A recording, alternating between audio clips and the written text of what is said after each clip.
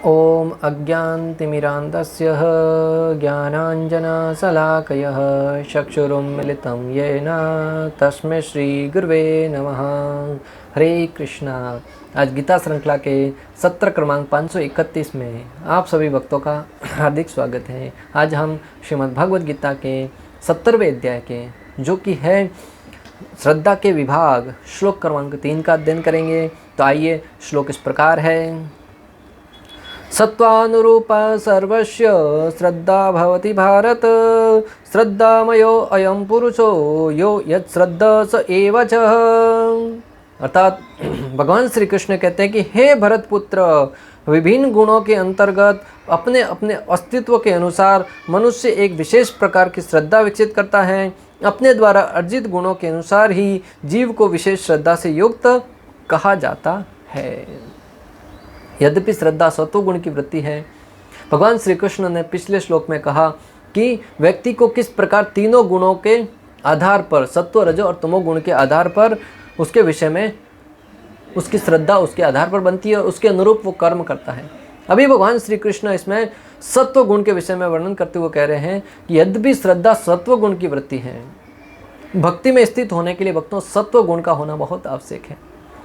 या फिर सत्व गुण विकसित करने के लिए, श्रद्धा विकसित करने के लिए सत्व गुण का होना बहुत आवश्यक है। जब तक व्यक्ति सत्व गुण के स्तर तक नहीं आएगा तब तक उसकी श्रद्धा शास्त्रों में नहीं होगी, उसकी श्रद्धा भगवत भक्तों में नहीं होगी, उसकी श्रद्धा भगवान में नहीं होगी। क्योंकि रजोगुणी व्यक्ति अनेक प्रकार का धन संग्रह करने की भावना से लगा रहता है। ये भी प्राप्त कर लूँ, इसके ऊपर भी अधिकार जमा लूँ, ये भी मेरा हो जाए, ये भी मेरा हो जाए। और जो तमोगुणी व्यक्ति है वो आलस्य में पड़ा रहेगा, उसके चारों ओर क्या हो रहा है उससे उसको कोई लेना देना नहीं है। इसलिए भगवत भक्ति में स्थिर होने के लिए व्यक्ति को सत्व गुण विकसित करना बहुत आवश्यक है। तथापि बद्ध जीव का अंतःकरण होने के कारण यह श्रद्धा 3 प्रकार की हो जाती है। फिर भी बद्ध जीव का अंतःकरण अर्थात सूक्ष्म जो उसकी प्रवृत्ति है, पूर्व जन्म के संस्कार हैं, उसके आधार पर उसकी वृत्ति है, उसकी श्रद्धा है, वो 3 प्रकार की हो जाती है, सत्व रजो और तमोगुण। क्योंकि इस अंतःकरण का स्वभाव ही होता है कि वह तीनों गुणों के संस्कारों को धारण करता है। क्योंकि इस अंतःकरण का यह स्वभाव होता है कि वह तीनों गुणों को धारण करता है। जो व्यक्ति जिसका संग करेगा उसके अनुरूप उसके अंतःकरण में उसका सूक्ष्म प्रभाव पड़ता जाता है। जैसे अजामिल का दृष्टांत आता है भक्तों भागवतम में। अजामिल एक शुद्ध ब्राह्मण परिवार में जन्म हुआ, जो बचपन से ही माता पिता के साथ रहकर सारे वैदिक अनुष्ठान करता था, सारे धार्मिक कार्य करता था। धीरे धीरे समय बीतता गया, बड़ा हुआ। एक बार वो जंगल में लकड़ी काटने के लिए गया, लकड़ी लेके आ रहा था वक्तों, उस समय उसके अंतःकरण में तीनों गुणों का प्रभाव था। जब उसने एक वैश्या को एक शूद्र के साथ संग करते हुए देखा, उसका जो अंतःकरण का गुण था वो पुनः तुरंत प्रकट हो गया, प्रबल हो गया। उसके सत्व गुण के ऊपर रजोगुण है वो प्रभाव डाल दिया और उसने तुरंत उस शूद्र का वध कर दिया और उस वैश्या के साथ संग करने लगा। वक्त वहाँ तक ही सीमित नहीं रहा, उस शूद्र वैश्या को घर पे ले आया, उसको अपनी पत्नी बनाया और उसके साथ रहने लगा। समाज में हर एक गलत काम करने लगा जो उसका भरण पोषण करने के लिए आवश्यक था। ब्राह्मण परिवार में जन्म लिया था, कभी गलत काम नहीं किया था, परंतु पूर्व जन्म के संस्कारों के आधार पर भक्तों, पूर्व जन्म के कुछ सुप्त रूप में उसके ऊपर जो बने हुए थे संस्कार, वो देखते ही हावी हो गए और उनके ऐसा जीवन में परिवर्तन आया। और जो उन्होंने पुण्य कर्म किए थे, धार्मिक अनुष्ठान किए थे ब्राह्मण कुल में जन्म लेने के उपरांत, संयोगवश एक ब्राह्मण उनके घर पे आता है और उनके सबसे छोटे पुत्र का नाम नारायण रख देता है। और वही नाम मृत्यु के समय जब वो अपने पुत्र को पुकारता है, नारायण नारायण, तब यमराज के दूत तो थे वहाँ पे लेने आए थे, परंतु नारायण नाम सुनते ही भगवान श्री विष्णु के दूत शंख चक्र गदा पद्म धारण किए वहाँ प्रकट हो जाते हैं और यमदूतों से कहते हैं ये तो आपके लेके जाने के योग्य नहीं है। और उसको अजामिल को पुनः एक जीवन दिया जाता है जो उसे भक्ति करने के लिए दिया जाता है और भक्ति पूर्ण करके वो अपने वास्तविक जीवन को सुधार देता है। मैं आपको जो यहाँ पे बताना चाह रहा हूँ भक्तों कि जैसा हमारा संग होगा वैसी वृत्ति, वैसा प्रभाव हमारे चित्त पर पड़ता है। अगर कोई व्यक्ति मंदिर जाता है तो मंदिर में जाकर स्वाभाविक उसके हृदय पर आध्यात्मिक बातें पड़ेगी। भले एक जाने मात्र से कुछ तो सुनेगा, कुछ तो उसके ऊपर प्रभाव पड़ेगा। एक बात को भी अगर सुन लिया और मनन करने लगा, एक दिन आएगा जब उसके भगवान की उसके ऊपर कृपा होगी और वो निश्चित रूप से मंदिर में आएगा और वहाँ के संस्कारों को स्वीकार करेगा। और दूसरी तरफ कोई मदिरालय जाता है तो वहाँ पर मात्र और मात्र शराब पीता है और अनेक बुरे लोगों का संग करता है, तो उसका प्रभाव भी उसके उपस्थित के ऊपर पड़ता है। जिस प्रकार दो तोतों का दृष्टांत आता है भक्तों, ये दोनों सगे भाई थे। एक को कसाई लेके गया और एक को ब्राह्मण लेके गया। कसाई वह पूरा दिन पशुओं का वध करता था, बंदी बंदी गालियाँ देता था और अनेक प्रकार के बुरी बातें बोलता रहता था। तोते का स्वभाव होता है भक्तों, जो कुछ सुनता है वो रिपीट करता है। उसके संस्कार तोते को पुनः रिपीट करने के लिए प्रेरित करते हैं। वो कसाई बार बार गलत बातें बोलता था, तोता उसी को बोलता रहता था। और दूसरी तरफ जो ब्राह्मण लेके गया था, ब्राह्मण वेद पाठों का मंत्र बोलता था, तोता वही सीखता गया। संग का प्रभाव देखिए भक्तों, दोनों एक ही पिता के दोनों पुत्र थे, एक साथ बड़े हुए थे, परंतु ब्राह्मण के संग में रहा वो वेदों शास्त्रों को सीखा, और जो कसाई के संग में रहा उसने भद्दी गालियाँ और अनेक प्रकार के कुसंगतों को सीखा। उसी भांति इस जीवन में रहते हुए भी जैसा हमारा संग होगा वैसा रंग होगा। तो जैसी संगति करेंगे वैसा परिवेश हमारा बनता जाएगा। न चाहते हुए भी आप निरंतर किसी शराबी के साथ उठते बैठते हैं, धीरे धीरे उसकी मानसिकता, उसकी मनोवृत्ति हमारे अंदर आ ही जाएगी और एक दिन हम भी उस नशा करने में प्रवृत्त हो ही जाएंगे। इसलिए तो कहा जाता है कि संगति अच्छा रखिए। किसी व्यक्ति के चरित्र के बारे में उसका संग देखकर भी ज़्यादातर लोग उसको पहचान लेते हैं कि उसका संग कैसा है। जैसा संग वैसा रंग। इसलिए संग को अच्छा बनाना हमारा कर्तव्य है। नोट, यहाँ अंतःकरण का अर्थ सूक्ष्म आंतरिक इंद्रिय है जो मन, बुद्धि, मिथ्या अहंकार और चित्त से बना हुआ है। यहाँ पर जो अंतःकरण शब्द आया है वो उसका सूक्ष्म आंतरिक इंद्रिय है। उसका अर्थ है कि सूक्ष्म आंतरिक इंद्रिय जो मन, बुद्धि और मिथ्या अहंकार और चित्त से बना हुआ है। यह अंतःकरण इन 3 गुणों से भरा हुआ होता है और इसी के अनुसार सभी जीवों की श्रद्धा प्रकट होती है। यह अंतःकरण है वो तीनों गुणों से भरा हुआ रहता है तो, और इसी के अनुसार जीवों की श्रद्धा प्रकट होती है। हम जैसा बच्चों को संस्कार देते हैं उसके अंतःकरण में जो अंतःकरण जो चित्त है, सूक्ष्म शरीर है, उसके ऊपर उसका सीधा सीधा प्रभाव पड़ता है। अगर आप बच्चों को आध्यात्मिक शिक्षा देते हैं, बचपन से जो बच्चा देखता है, जो बच्चा सीखता है, जो बच्चा अनुभव करता है, उसके चित्त पर ऐसा प्रभाव डालता है कि आगे चलकर भी वो उन सिद्धांतों को कभी नहीं भूलता। तो जो बच्चा बचपन से देखेगा, किसी के घर में पूजा पाठ देखता है, वेद, रामायण, पुराण, महाभारत, भगवद गीता जैसे शास्त्रों का कहानियों के माध्यम से भी भले सुनता हो, दादा दादी, नाना नानी के माध्यम से, बड़ा होकर भी वो संस्कारी होता है, गुणवान होता है। महाराणा प्रताप का दृष्टांत भक्तों, बचपन से ही उनको उनकी माता जयवंताबाई ने भगवद गीता और रामायण जैसे ग्रंथों से शिक्षा प्रदान करी। आगे चलकर भी वो उस सिद्धांतों के आधार पर ही जीवन निर्वाहन किया। आगे चलकर भी उन्होंने अपने आचार्य हो, अपने देश की माटी हो, अपनी प्रजा हो, उनके साथ ऐसा व्यवहार किया जैसे उत्तम व्यक्ति, चरित्र वाला व्यक्ति करता है। ये सब संस्कार कहाँ से आए? बचपन से उनकी माता ने जो संस्कार उनको दिए थे। शिवाजी महाराज का दृष्टांत भक्तों, जीजाबाई ने बचपन से उनको रामायण, भगवद गीता से संबंधित ज्ञान प्रदान किया। आगे चलकर वही संस्कार उनको हृदय में प्रेरित हुए और उन्होंने समाज कल्याण के लिए, समाज की रक्षा करने के लिए, समाज के उत्थान के लिए प्रयोग किए। दूसरी तरफ अकबर, उसकी सौतेली माता ने या ताई थी कोई, उन्होंने ऐसे नफरत भरे बीज भरे उनके हृदय में दूसरों क्षत्रियों को पराजित करने के लिए, और उनके आगे चलकर उसके अंदर ऐसे संस्कारों का निर्माण हुआ कि उसने अपने गुरु, जो उनका उस्ताद था बहरम खान, उसका ही वध कर दिया। वक्तों, अपने गुरु का वध करना सनातन संस्कृति में तो बहुत ही निंदनीय माना जाता है। परंतु मैं आपको जो बताना चाह रहा हूँ कि जैसे हमारे संस्कार होंगे, बचपन से बच्चा देखता आएगा, आगे चलकर वही संस्कार फलित होते हैं। जिस बच्चे को आप बचपन से अनेक प्रकार के पशुओं का वध करते हुए देखता है, उसके हृदय के अंदर जो करुणा है, दया है, वो मर जाती है। फिर वो भी बड़ा बनकर पशुओं का वध करते करते, मनुष्यों का भी वध करते, उसको जरा भी झिझक नहीं होती है। और इसका परिणाम आज हम देख भी रहे हैं कि अनेक ऐसे प्रांत हैं जहां पर आतताई अनेक प्रकार के लोगों को, शरीरों को अंग अंग काट देते हैं। ऐसे अनेक वीडियो आते हैं भक्तों, हमें तो देखते ही हमारी रूह कांप जाती है, परंतु उन्होंने बचपन से ऐसा करते देखा है, इसलिए वो करते हुए भी झिझकते नहीं हैं। जिस कार्य को, जिस दृश्य को देखने में हमें डर लगता है, भय लगता है, उसको उन्हें करने में कोई संकोच नहीं होता। कारण उनके बचपन से ही संस्कार ही वैसे हैं, उनकी मनोवृत्ति वैसी हो जाती है। तो जो बच्चा बचपन से गौ सेवा करता है, उसकी गौमाता के प्रति स्वाभाविक श्रद्धा होती है। गौमाता को दूर से देख के उनके अंदर श्रद्धा होती है, गौ माता आ रही है। अभी मेरी बिटिया है, वो 11 माले से नीचे देखती है कि गौ माता को लेकर एक माता आती है, उसको वहाँ पे बिठाती है। ऊपर से देख के बड़ी प्रसन्न होती है, गौ माता को रोटी देने जाना है, गौ माता को घास खिलाने जाना है।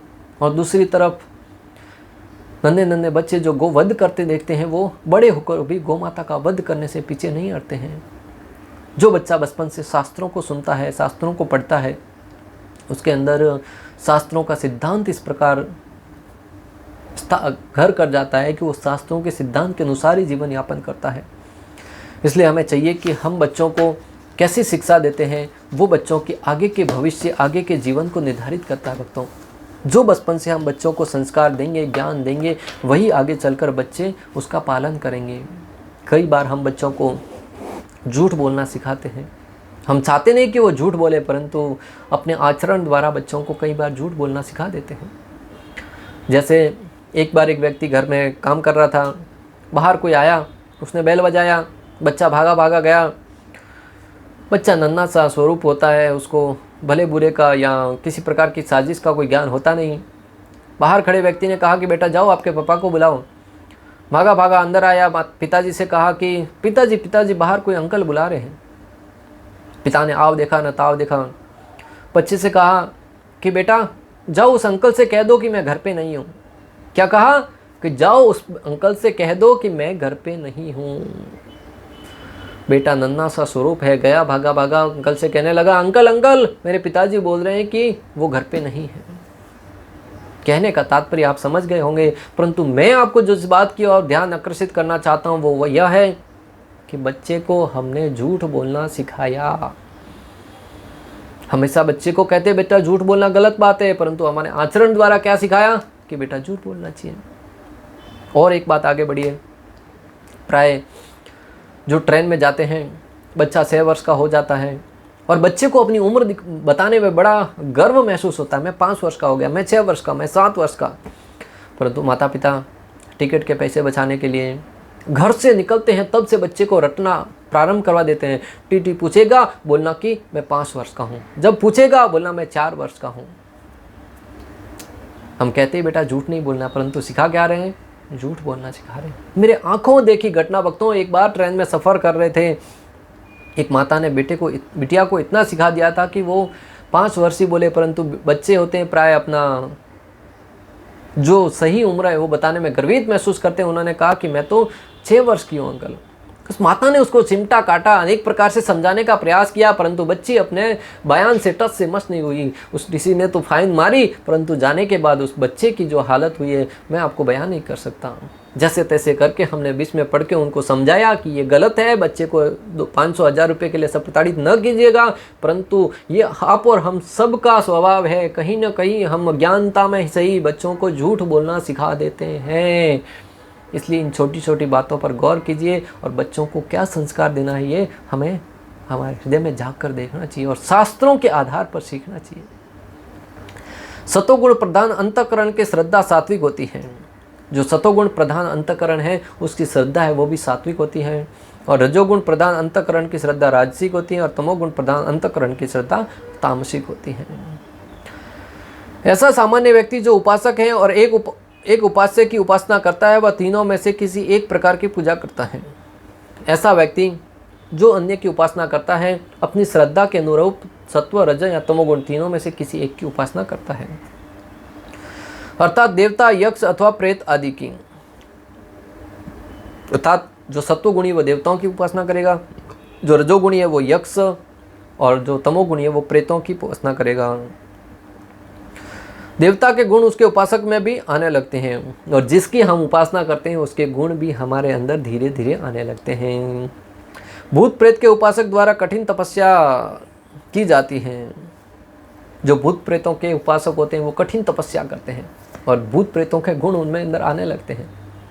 अनेक ऐसे उपासक होते हैं जो एक पांव पर खड़े रहकर रात्रि में भयंकर ठंडी में हो, गर्मी में हो या घने अंधेरे में जाकर, शमशान में जाकर भूतों की पूजा करते हैं। अनेक प्रकार की तांत्रिक विद्या सीखते हैं। फिर भूत प्रेतों के संस्कार है वो उनके अंदर आने लगते हैं भक्तों। और जो सत्व गुण में रहकर भगवान की पूजा करते हैं उनके भगवान के संस्कार स्वतः ही धीरे धीरे आने लगते हैं। और रजोगुणी व्यक्ति जो अनेक प्रकार की यक्षों की धन प्राप्त करने के लिए उद्देश्य से पूजा करता है उनके अंदर वो संस्कार आने लगते हैं। इसी के संबंधित एक बार एक व्यक्ति फेसबुक में हमने वीडियो अपलोड किया तो उस व्यक्ति को नीचे नाम जप से संबंधित वीडियो अपलोड किया। उस व्यक्ति ने नीचे कमेंट्स में लिखा, महाराज जी नाम जप करने से क्या होगा, कुछ व्यवहारिक समाधान बताइए जिसको करके व्यक्ति है वो अपने जीवन में परिवर्तन ला सके और जीवन में सुखी रह सके। हमने कहा यही व्यवहारिक समाधान है। व्यक्ति की चेतना है वो अशुद्ध हो गई है। अनेक प्रकार के अनर्थ हमारे चेतना में भरे पड़े हैं, काम, क्रोध, लोभ, मोह, मद, मत्सर्य, अहंकार, ईर्ष्या, द्वेष। जब तक हम हरि नाम के जप के द्वारा, हरि कथा के श्रवण के द्वारा इस हृदय को शुद्ध नहीं करेंगे तब तक हमारे अंदर अच्छे गुणों का प्रभाव नहीं पड़ेगा।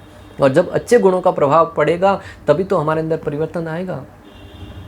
अन्यथा हम कितने ही भौतिक दृष्टि से अच्छा बनने का प्रयास करेंगे परंतु हमारी अंतरात्मा है वो प्रेरणा ही नहीं देगी अंदर से कि अच्छा बनना है। समय आने पर उतावलापन आ जाएगा, समय आने पर क्रोध प्रकट हो ही जाएगा क्योंकि हृदय तो अशुद्ध है।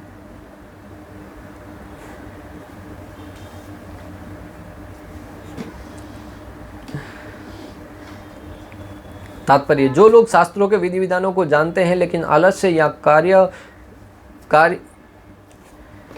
प्रत्येक व्यक्ति में चाहे वह जैसा भी हो एक विशेष प्रकार की श्रद्धा पाई जाती है। श्रील प्रभुपाद कहते हैं कि प्रत्येक व्यक्ति के अंदर भले वो कैसा भी क्यों ना हो उसके अंदर एक विशेष प्रकार की श्रद्धा पाई जाती है। जो सत्वगुण में है उसकी भगवान में होगी, जो रजोगुणी है उसकी धन कमाने में होगी या भौतिक ऐश्वर्य प्राप्त करने में होगी, जो तमोगुणी है उसकी श्रद्धा अनेक प्रकार के भूत प्रेतों में होगी। लेकिन उसके द्वारा अर्जित स्वभाव के अनुसार उसकी श्रद्धा उत्तम सतोगुणी, रजोगुणी अथवा तामसिक कहलाती है। इस प्रकार अपनी विशेष प्रकार की श्रद्धा के अनुसार ही वह कतिपय लोगों से संगति करता है। इस प्रकार जिसकी जैसी श्रद्धा होगी उसके अनुसार वो उन लोगों का संग करेगा। जिसकी सात्विक होगी वो सतोगुणी लोगों का संग करेगा, राजसी होगी वो रजोगुणी लोगों का संग करेगा, तामसिक होगी वो तमोगुणी लोगों का संग करेगा। अब वास्तविक तथ्य तो यह है कि जैसा 15वें अध्याय में कहा गया है, प्रत्येक जीव परमेश्वर का अंश है, अतः वह मूलतः इन समस्त गुणों से परे होता है। लेकिन जब वह भगवान के साथ अपने संबंध को भूल जाता है और बद्ध जीवन में भौतिक प्रकृति के संसर्ग में आता है तो वह विभिन्न प्रकार की प्रकृति के साथ संगति करके अपना स्थान बना देता है। जैसा कि भगवान ने 15वें अध्याय में 15.7 में कहा है, मम वांशो जीव लोक जीव भूत सनातन, कि जीव मेरा सनातन अंश है। परंतु जब जीव अपनी वास्तविक स्थिति को भूल जाता है, भगवान के साथ अपने संबंध को भूल जाता है, तब वह इस भौतिक जगत में अनेक लोगों के साथ संबंध बनाता है और उसके अनुरूप उसको सतोगुणी, रजोगुणी और तमोगुणी संस्कार है वो उसके हृदय में स्थापित होते हैं। इस प्रकार से प्राप्त कृत्रिम श्रद्धा का अस्तित्व मात्र भौतिक होते हैं। भले ही कोई किसी धारणा या अध्यात्म बोध द्वारा प्रेरित हो लेकिन मूलतः वह निर्गुण या दिव्य होता है। अतः भगवान के साथ अपना संबंध फिर से प्राप्त करने के लिए उसे भौतिक कलमश से शुद्ध होना पड़ता है।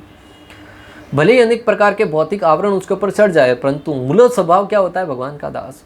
इसलिए जो कोई व्यक्ति प्रयास करता है भगवान का शुद्ध सेवक बनने का, उसके अंदर वो गुण पुनः प्रकट हो जाते हैं। और उसका तरीका क्या है, हरि नाम का जप, हरि कथा का श्रवण और हरि भक्तों का संग करना।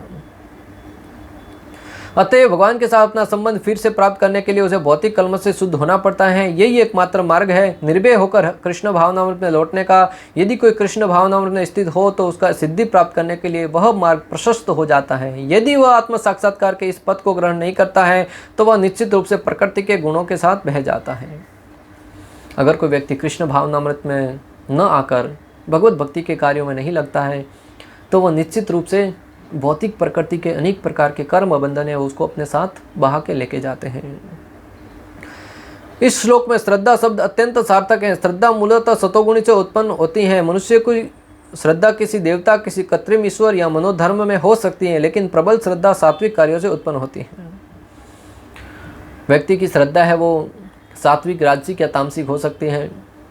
सात्विक देवताओं की पूजा करने वाले, राजसिक जो कृत्रिम तरीके से यानी मनगढ़ंत तरीके से पूजा करने वाले, और तामसिक जो भूत प्रेतों की पूजा करते हैं। परंतु विशेष श्रद्धा है वो सात्विक होती है, जो उसको विशेष संस्कारों और भक्ति की तरफ उन्मुख करवाती है।